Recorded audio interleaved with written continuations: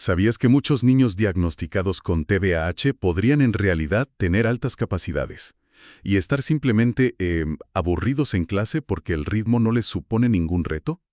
Bienvenidos a Tu Médico en Podcast. Hoy vamos a responder a esa pregunta y a muchas más sobre las altas capacidades intelectuales en la infancia. Vamos a ver cómo saber si un niño o niña las tiene, qué retos enfrentan y, sobre todo, qué podemos hacer como padres, madres o profesores para ayudarles a brillar. Quédate con nosotros porque hoy te daremos claves prácticas y desmontaremos algunos mitos. Por ejemplo, ¿es verdad eso de que acelerarles de curso les perjudica socialmente? ¿Lo veremos? Si te interesa el tema o conoces a alguien a quien le pueda servir, pues ya sabes, comparte. Para hablar de todo esto, contamos hoy con la ayuda de una psicóloga educativa experta en desarrollo infantil y altas capacidades. Nos ayudará a entender qué dice la evidencia disponible hoy en día. Además, más adelante nos revelará 3 claves fundamentales para el acompañamiento. Y ojo, desmontaremos un mito muy extendido sobre el rendimiento académico de estos niños. Para empezar a situarnos, ¿podrías explicarnos de forma sencilla qué significa exactamente que un niño o niña tiene altas capacidades? ¿Hablamos siempre de superdotación? Claro. A ver, hablamos de altas capacidades cuando observamos que un niño, una niña, aprende a un ritmo y con una profundidad pues notablemente superiores a los de su edad. Pero ojo, no siempre es ser bueno en todo, que esa es la idea un poco clásica de la superdotación global. Ah, vale. No, puede manifestarse como talentos específicos muy marcados. Por ejemplo, en matemáticas o en música, en arte. Lo importante es entender que no es un trastorno, ni una etiqueta extraña. Es un perfil de desarrollo diferente. Y claro, con unas necesidades educativas concretas. Entiendo. Para que nos hagamos una idea, el perfil de CI, de cociente intelectual muy alto, por encima de 130, afecta a un 2, quizá un 5% de los niños. Pero si incluimos también los talentos específicos, pues podríamos estar hablando de que hasta un 10 o 15% de los niños se beneficiarían de alguna medida de apoyo. Un 10-15%. Eso es bastante más de lo que uno imagina, ¿no? Sí, es significativo. Muy claro. Y una duda frecuente es, ¿cómo podemos darnos cuenta? ¿Cuáles son esas señales tempranas? Y ¿quién debería hacer una valoración formal si sospechamos algo? Pues mira, las familias suelen ser las primeras en notar cosas. Una curiosidad insaciable, que aprenden a leer solos muy pronto, o usan un vocabulario que dices, madre mía, para su edad. O hacen preguntas muy profundas, ¿sabes? O se aburren muchísimo con tareas que les parecen repetitivas. Eso es muy típico. El aburrimiento, sí. Claro, a veces en el colegio cuesta más verlo, fíjate. O incluso se puede confundir, como decías al principio, con falta de atención o problemas de conducta. Justo. Por eso, si hay sospechas, lo ideal es pedir orientación psicopedagógica en el propio centro escolar, para empezar, o buscar una valoración externa con un psicólogo especializado. Esta valoración es completa, no es solo un test. Incluye pruebas cognitivas estandarizadas, sí, como la escala WISC-5, por ejemplo. Pero también es crucial la observación en clase, entrevistas con la familia, con los profes. Hay que tener una visión global. No es solo un número, entonces. No, para nada. Es crucial descartar otras cosas, como un TDAH o dislexia, o detectar si coexisten, que eso también pasa. Es lo que llamamos doble excepcionalidad. Doble excepcionalidad. Interesante. Has hablado de señales, pero ¿cuáles dirías que son esos rasgos más comunes que definen a estos niños? Y claro, ¿a qué retos se suelen enfrentar ellos y sus familias? Pues mira, a nivel intelectual lo que solemos ver es una memoria y una capacidad de razonamiento muy altas, mucha creatividad, pero también hay rasgos emocionales importantes. Y aquí viene a veces lo complicado. Ajá. Una gran sensibilidad. A veces, de hecho, hablamos de hipersensibilidad, tanto emocional, que viven todo muy intensamente, como sensorial. Ruidos, luces, texturas. Vaya. También una tendencia al perfeccionismo que puede ser muy limitante. Y una preocupación temprana por temas complejos, como la justicia, la muerte. Cosas que a otros niños de su edad ni se les pasan por la cabeza. Eso debe ser difícil de gestionar para ellos y para los padres. Claro. Los retos vienen por ahí. Puede haber un desfase, una asincronía entre su madurez intelectual y la emocional. Y eso genera frustración. El aburrimiento en clase es un clásico. Y lleva a la desmotivación, claro.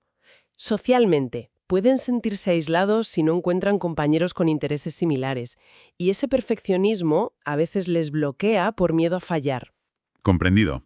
La clave no es solo darles más deberes, sino atender tanto lo cognitivo como lo socioemocional. Son un todo. Entendido. Pongámonos en el lugar de las familias que nos escuchan. Una vez detectado, ¿qué pueden hacer en el día a día para apoyar a sus hijos? ¿Danos algún consejo práctico? Pues lo primero, yo diría que normalizarlo, aceptarlo como una característica más. No es algo raro ni un problema en sí mismo. Después, es fundamental escucharles mucho, validar sus emociones, que a veces son muy intensas, como le decíamos, y enseñarles herramientas para manejar la frustración o la ansiedad que puede generar ese perfeccionismo. Enseñarles a gestionar, sí. Eso es. Hay que estimular su curiosidad, claro, pero sin presionarles. Ofrecerles libros, proyectos interesantes, visitas a museos, acceso a talleres o clubes sobre temas que les apasionen, pero desde el disfrute. Sin agobiar. Exacto. Y es vital reforzar el esfuerzo y la perseverancia, no solo el resultado brillante. Esto es súper importante.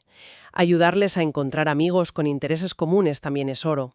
Y, por supuesto, colaborar estrechamente con el colegio, compartir la información de la valoración, si la hay, y buscar juntos las mejores adaptaciones. Y me imagino que seguir tratándoles como niños, ¿no? Fundamental. No olvidar que siguen siendo niños. Necesitan rutinas, dormir bien, límites claros y, sobre todo, mucho juego libre no dirigido. Tiempo para ser niños. Has mencionado la colaboración con el colegio. ¿Qué deberían ofrecer los centros educativos? ¿Y qué errores comunes deberían evitar los profesores? Si nos escucha algún profe, ¿qué le dirías? Pues sí, la escuela tiene un papel crucial, claro.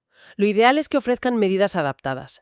Las más habituales son el enriquecimiento curricular, que no es dar más fichas de lo mismo, ¿Qué es entonces? Es darles más profundidad, más complejidad, más retos sobre los temas que se están trabajando, proyectos de investigación, preguntas más abiertas. Y luego está la aceleración, que puede ser pasar de curso completo o cursar algunas materias en un nivel superior. Esto hay que valorarlo bien claro, caso por caso. Y funciona, porque hay gente que piensa que socialmente no es bueno. Pues la evidencia dice que si se valora bien el caso y se acompaña el proceso, suele funcionar bien, tanto académica como socialmente. También funcionan los proyectos de investigación, los retos abiertos, los agrupamientos flexibles por talento para ciertas actividades. Y lo que no hay que hacer, los errores a evitar. Pues mira, lo que hay que evitar a toda costa es convertirles sistemáticamente en ayudantes del profesor, asignarles tareas repetitivas para rellenar tiempo, penalizarles por acabar antes o dejarles esperando sin nada que hacer. Eso es fatal para la motivación. Me lo imagino. Una buena práctica incluye objetivos de aprendizaje ampliados, fomentar productos o soluciones creativas y ofrecer tutoría, tanto académica como seguimiento socioemocional. Flexibilidad y creatividad por parte del docente son claves. Vamos. Perfecto. Antes de ir terminando, vamos a desmontar rápidamente algunos mitos comunes que circulan sobre las altas capacidades. Te lanzo la idea y me dices la realidad en una frase. ¿Listo? ¿Dispara? Mito 1. Si están listo, triunfará solo. No necesita ayuda. Realidad. Falso. Sin adaptación, hay alto riesgo de bajo rendimiento y desmotivación. Mito 2. Acelerarles de curso les daña socialmente. Realidad. No necesariamente. Si se planifica bien y se acompaña, suele mejorar su ajuste y bienestar. Mito 3. Son niños que sacan sobresaliente en todo. Realidad. No siempre. Pueden tener un talento muy específico y notas normales en otras áreas, o incluso bajo rendimiento por desmotivación. Mito 4. Lo que tiene es TDAH, no altas capacidades. Realidad. A veces la inquietud o la falta de atención vienen de la infraestimulación. Hay que hacer una buena valoración diferencial porque además pueden coexistir ambas cosas. Muy revelador esto de los mitos, ¿eh? Nos ayuda a ajustar la mirada. Desde luego. Para ir concluyendo, ¿qué implica tener altas capacidades para el futuro de estos niños y niñas? El pronóstico es bueno. A ver, tienen un potencial académico y creativo enorme. Eso es indudable. Pero que se desarrolle o no depende mucho, muchísimo del apoyo que reciban. Si no se atienden sus necesidades específicas, pues sí, pueden acabar desmotivados, con problemas emocionales o incluso con fracaso escolar. Sería una pena. Pero si se les apoya, Sin embargo, con una detección temprana, una respuesta educativa adecuada en el colegio y un buen acompañamiento socioemocional en casa, el pronóstico es muy favorable. Pueden alcanzar un aprendizaje profundo, un gran bienestar personal y, bueno, hacer contribuciones muy valiosas a la sociedad. fantástico. Nos queda mucho más claro qué son las altas capacidades y cómo actuar. Si tuvieras que resumir en 3 ideas clave, 3 acciones para las familias y docentes que nos han escuchado, ¿cuáles serían?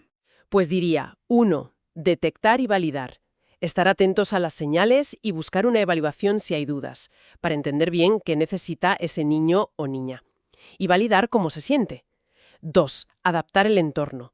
Buscar enriquecimiento o aceleración si es necesario en el cole, ofrecer estímulos en casa, pero siempre con seguimiento emocional. Y 3. Acompañar integralmente. Valorar el esfuerzo, no solo el resultado. Facilitar amistades con intereses comunes y nunca, nunca olvidar la importancia del juego y el afecto. Detectar y validar, adaptar el entorno y acompañar integralmente. Excelentes puntos finales. Muchísimas gracias por compartir tu conocimiento con nosotros hoy. Ha sido muy útil. Un placer. Y a quienes nos escuchan, si este capítulo os ha parecido útil o interesante, os animamos a compartirlo, darle a me gusta o comentarnos vuestras dudas o experiencias. Ah, y no olvidéis suscribiros para no perderos el próximo capítulo. La semana que viene abordaremos otro tema que preocupa mucho, la gestión de las emociones intensas en la infancia. ¿Qué hacer cuando la frustración desborda? Os esperamos en Tu Médico en Podcast.